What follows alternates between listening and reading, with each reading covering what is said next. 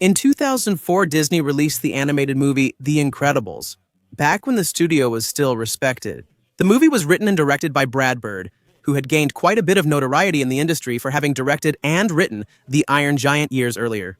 Although it wasn't a financial success, it was very well received by critics. And it's one of my favorite movies anyway. However, something quite particular happened with The Incredibles movie, even though it was a success, costing $90 million and grossing $600. Though it ended openly, the sequel seemed unlikely to arrive, and years passed. Brad Bird also directed Ratatouille, Mission Impossible, Ghost Protocol, and Tomorrowland. But The Incredibles sequel stayed silent for over a decade. One day, without warning, The Incredibles sequel was finally announced. In 2018, we finally saw the sequel to this great movie, but was it worth the 14-year wait? Well, there are many opinions about it.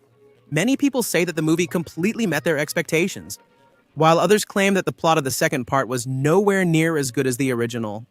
Still, it was undeniably a complete success. With a budget of $200 million and animation that lived up to expectations, it managed to gross $1,200 million. And as I said, there are different opinions about the movie, but at least the general consensus was that, hey, it was fun. Plus, we had the amazing Saul Goodman as the billionaire tycoon. What more could you want? But Beelzy, why are you focused on The Incredibles? This video is about Megamind. Please stay on topic, okay? I'm not putting up with that anymore, okay? This is my channel, and if I want to make a 1-hour video talking about the magnificence of My Little Pony, I'll do it without hesitation. By the way, a My Little Pony video is coming soon. Anyway, this whole introduction is to show a situation where fans were asking for a sequel to a movie from 14 years ago, and the expectations were somewhat met. This way, we can make an even harsher comparison with the garbage they gave us just over a week ago. Like with The Incredibles 2, we also waited 14 years for a Megamind sequel. It's interesting that both sequels were released exactly 14 years after the original. If I got a coin for every time this happened, I'd have 2 coins, which isn't much. But, as always, it's curious that it happened twice. Things started to seem off when we saw the first animated teaser for the sequel, which one? If you thought someone uploaded PlayStation 3 game cutscenes online as a trailer for a joke, it was never a joke. I just found out while I was writing the script that there was actually a damn PlayStation 3 video game. Fascinating. Imagine seeing a Megamind sequel announced, noticing it trending on Twitter, and rushing to watch the trailer. And once you watch it, you realize that the reason it was trending on Twitter wasn't exactly because the sequel looked very promising. We've often seen strong writing in animated series or movies redeem a product and make us overlook poor animation. Although the original director and voice actors attended, the original writers would actually work on the project. I want to stress that the original voice actors aren't involved, even though these products are dubbed. The fact that the original actors aren't involved suggests that the movie's budget is quite low. But there wasn't much in the trailer except that Megamind must face villains called the Doom Syndicate. Now that the movie is out, how is it? Did it exceed expectations despite a low budget and poor animation? Did they create a deep narrative that, like the original movie, parodied superhero concepts and gave us 3-dimensional characters? No, definitely not. And let me tell you something.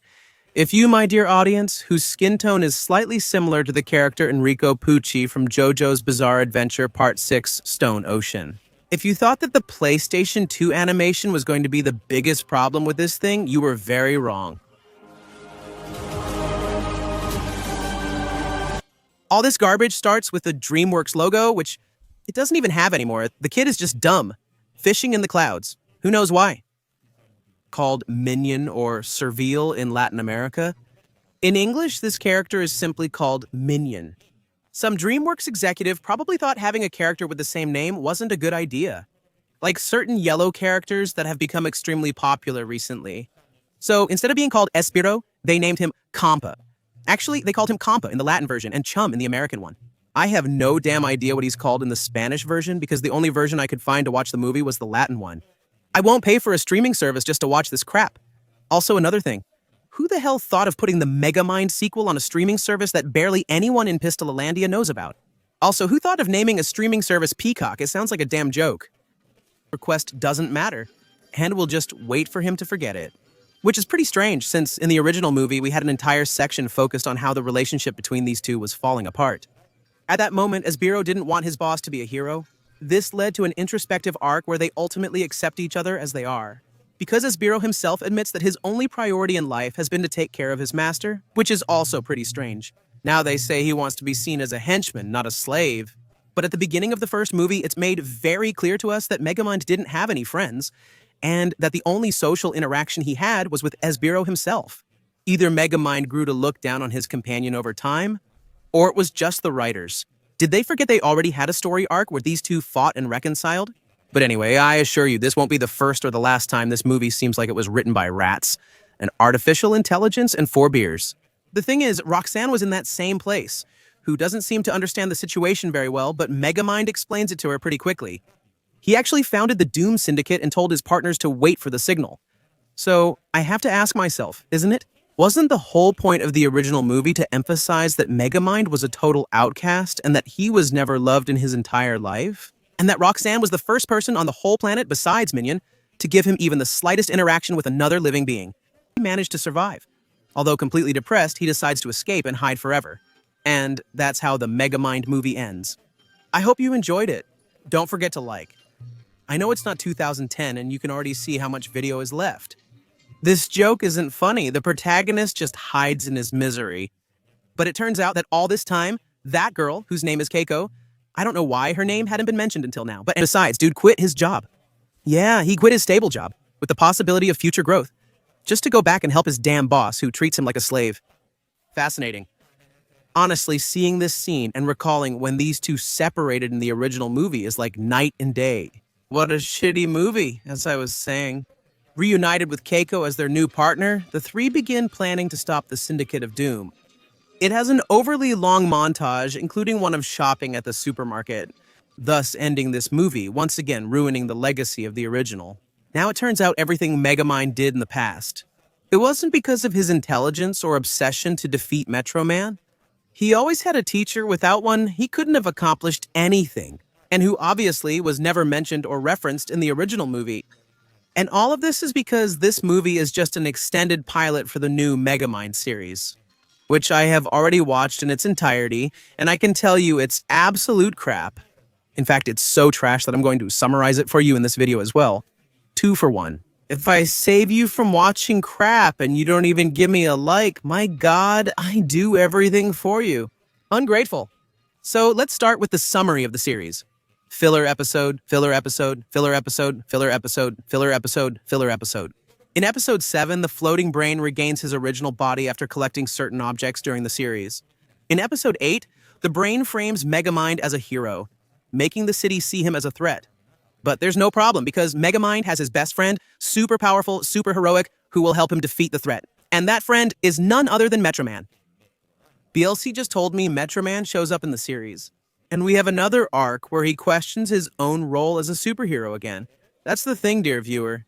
The series ends with Megamind planning to find Metro Man. If there's a second season, Metro Man will appear. Given how the internet is reacting to this product, I doubt it. The sequel to Megamind is pointless and the biggest slap in the face to the fans of the original work. Waiting 14 years for this feels like a damn joke, almost an insult. In fact, I'm not surprised that most of the fandom has decided to consider this trash as non-canon. And really, who can blame them? The most basic and widely questioned issue is the product's mediocre animation. Would I dare say that the non-canon Kung Fu Panda television series had better quality? Or at least, it knew how to better hide its lack of budget. Honestly, I think some PlayStation 3 games have better cutscenes than this. The cities are usually empty and movement, wow, amazing about either. Although, to be honest, I know a certain person whose skin color is quite peculiar, who, upon seeing this new underage character, would start to feel things. But that's another topic. Now the rest. Roxanne was completely relegated from being the trigger for the protagonist's motivations, and the person who taught him how to interact with others.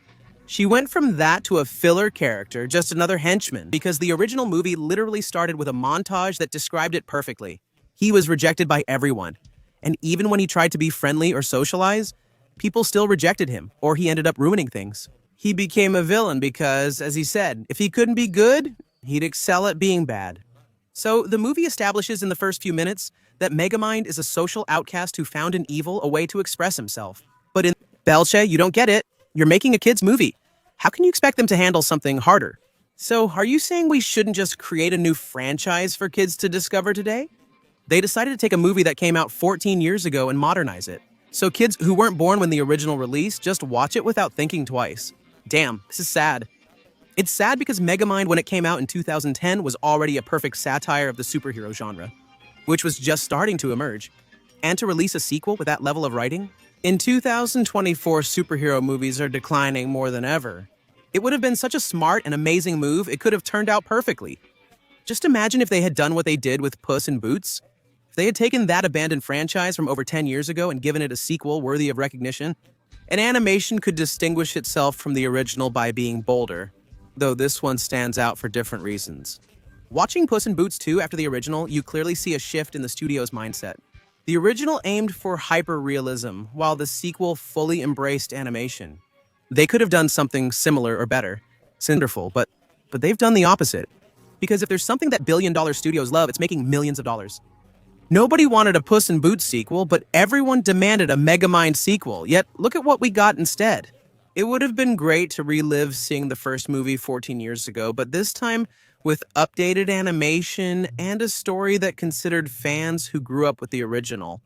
But without leaving out the kids, because if there's one thing DreamWorks knows how to do, it's making movies that both children and adults can enjoy equally. Or at least that's how it was. I'm sure it would have succeeded. We discussed how The Incredibles 2, despite releasing 14 years late, still earned over $1 billion. Puss in Boots 2, an unrequested sequel, earned over $400 million. Now, imagine what Megamind 2 could have been if they had actually put a bit of effort into it, released it in theaters, and given it animation worthy of a Megamind sequel. What hurts me most is knowing something wonderful could have come from this, but we ended up with mediocrity.